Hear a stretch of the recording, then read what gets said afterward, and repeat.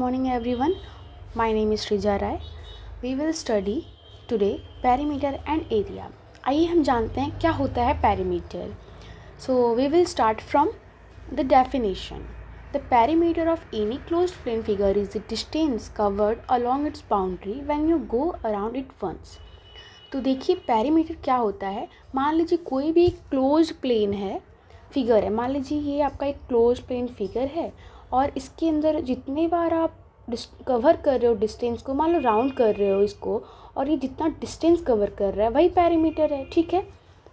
अब क्या कह रहा है कि फॉर एग्जांपल पॉलीगॉन क्या होता है, वो भी एक क्लोज प्लेन फिगर है और वो made up of line segments. Polygon जो होते हैं वो लाइन सेगमेंट से मिलकर बने होते हैं क्लोज प्लेन फिगर. और उसकी भी अगर हम पॉलीगॉन को भी अगर राउंड लगाएंगे तो जितना डिस्टेंस कवर करेगा उसकी बाउंड्री, वही हमारा पेरीमीटर है. ठीक है. The perimeter is simply some of lengths of its all sides. Okay. Perimeter क्या है कि सिंपली जितने भी साइड्स है उसके और उसके साइड्स के लेंथ को हम सम कर देते हैं, तो वही पेरीमीटर होता है हमारा. Total distance along its outer boundary. Outer boundary के जो हम जितने बार उसको राउंड लगाए हुए हैं वही हमारा क्या है, वही हमारा पेरीमीटर है. ठीक है. The perimeter of polygon is equals to the sum of the lengths of its all side. जैसा कि हम पढ़ चुके हैं इसको अभी कि जितने भी उसके साइड्स हैं, मान लीजिए ये रेक्टेंगल है. ठीक है. इसके 4 साइड होते हैं और 4 साइड के हम जितने भी अगर आउटर बाउंड्री की जो हम राउंड कर रहे हैं, इसको अराउंड घूम रहे हैं, वही उसका जो लेंथ है उसको हम सम कर देंगे तो वही हमारा पेरीमीटर हो जाएगा रेक्टेंगल का. आगे हम पढ़ते हैं कि क्या होता है पेरीमीटर ऑफ रेक्टेंगल.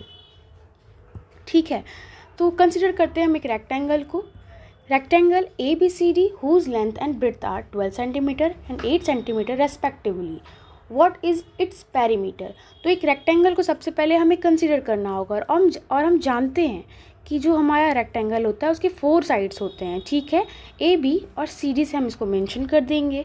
और पहला सबसे फर्स्ट हम लिखेंगे उसके लेंथ को 12 सेंटीमीटर और ब्रेड्थ को लिखेंगे हम 8 सेंटीमीटर. ठीक है.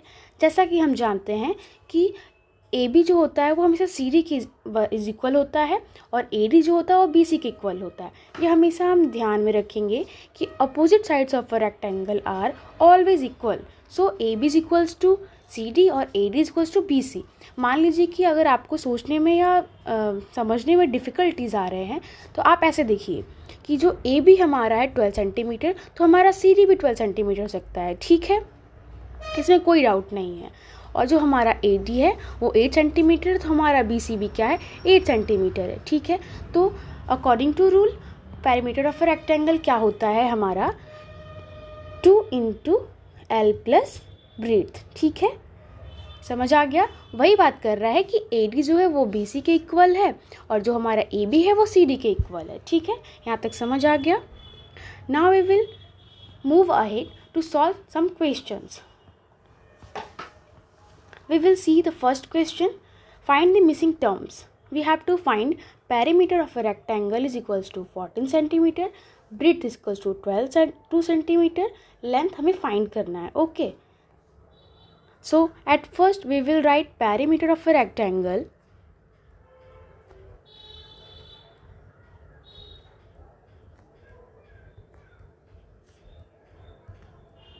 Perimeter of a rectangle is equals to 14 centimetre. ये हमारे क्वेश्चन में मेंशन किया हुआ है. ठीक है. According to formula perimeter of rectangle क्या होता है हमारा, उसको हम यहाँ पर पुट करेंगे 2 इंटू एल प्लस ब्रेड्थ. ठीक है. और हम जैसा कि जानते हैं हमारे क्वेश्चन में पेरीमीटर ऑफ रेक्टेंगल 14 सेंटीमीटर दिया हुआ है. सो हम फिर से एज इट इज़ 2 को लिखेंगे, मल्टीप्लाई का साइन देंगे. लेंथ हमें फाइंड करना है तो लेंथ को भी एल लिख सकते हैं और हम फिर से प्लस का साइन देंगे. और ब्रेड्थ हमारे क्वेश्चन में हमें 2 सेंटीमीटर दिया है तो हम ब्रेड्थ की जगह पे 2 सेंटीमीटर को मेंशन करेंगे. Right. Now we will solve it.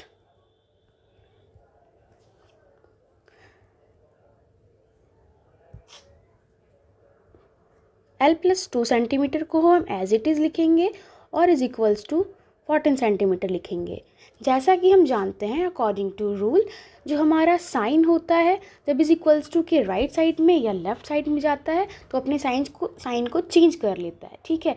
तो अगर हमारा मल्टीप्लिकेशन में होगा या मल्टीप्लाई की साइन होगा, जब हमारे इज इक्वल्स टू के राइट साइड में जाता है तो वो डिवाइड के साइन में चेंज हो जाता है, ठीक है।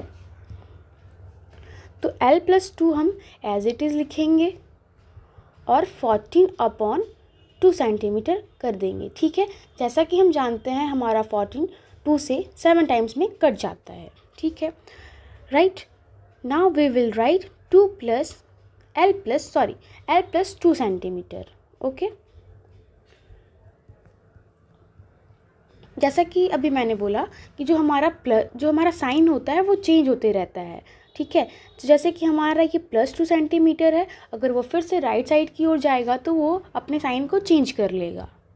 तो L हमें फाइंड करना है, तो L को एज इट इज़ लिखेंगे और इज इक्वल्स टू का साइन देंगे, 7 सेंटीमीटर लिखेंगे और जब हम अपना 2 जब लेफ़्ट साइड में लेकर जाएंगे तो यहाँ पे माइनस का साइन आएगा और जब इसको हम सॉल्व करेंगे तो ये हमारा 5 सेंटीमीटर आ जाएगा, राइट। ये हमारा आंसर हो गया, okay. So let's look another question. Question number 4.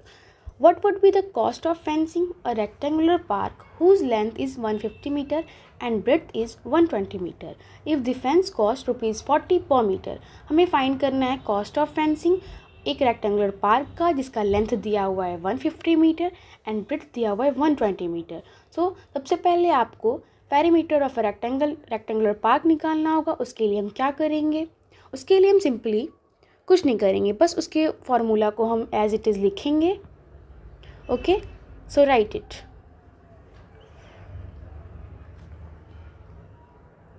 Perimeter of a rectangular park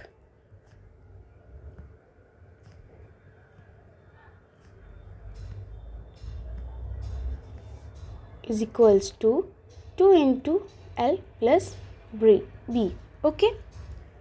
तो जैसा कि हम जानते हैं हमारे क्वेश्चन में मेंशन किया हुआ है लेंथ 150 मीटर, तो हम लेंथ की जगह पे हम 150 मीटर एज इट इज़ लिख देंगे, ओके। प्लस हमारा ब्रेड दिया हुआ है 120 मीटर, इसको हम सॉल्व करेंगे, ओके। 2 को हम एज इट इज़ लिखेंगे, 150 को अगर हम 120 में ऐड करेंगे तो वो हमारा हो जाता है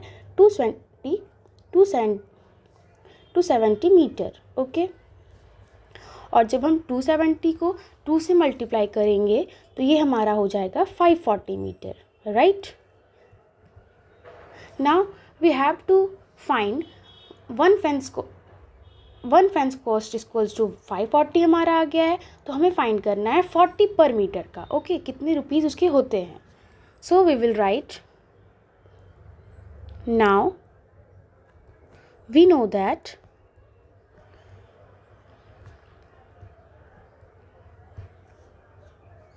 one fence cost